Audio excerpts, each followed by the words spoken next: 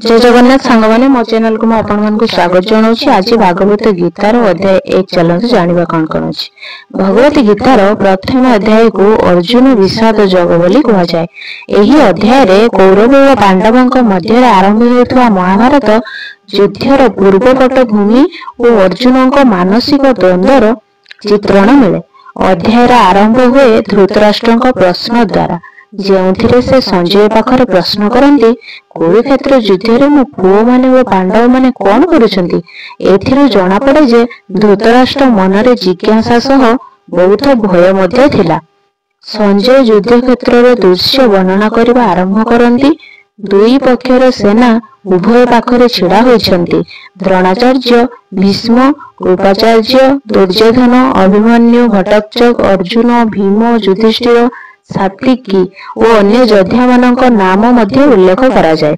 अर्जुन युद्ध आरंभ पूर्व श्रीकृष्ण को अनुरोध करी रथ को दुई पक्षर सेना मध्य नेबाकु कहती, जहाठारे से तांको बंधु बांधव गुरु पितामह को देखी मनरे दुख और विषादर भई जाती। से कहती, मु एमानंक सह युद्ध करि परिबि नहीं, मु एमानंक वध करी राज्य चाहि नहीं।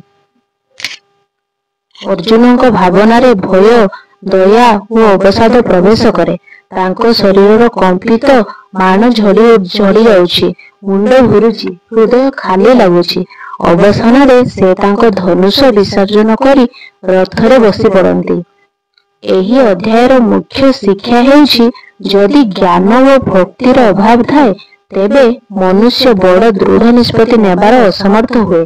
अर्जुन को विषाद पर गीतार मुख्य शिक्षा आरंभ हुए, जेउठी श्रीकृष्ण तांको कर्तव्य और धर्म विषय रे ज्ञान देवे। एही प्रथम अध्याय अतुट भावरे मनुष्यर मानसिक दुर्बलता, आसक्ति और भय को दर्शाई थाए, जहा पर श्रीकृष्ण तांको ज्ञानर आलोक दे जीवन रे निज धर्म पालन करबा पई प्रेरित करंती। एइटा हमर भागवतर प्रथम अध्यायर सारांश सब रहिला। जदि वीडियो भल लगी लाइक शेयर सब्सक्राइब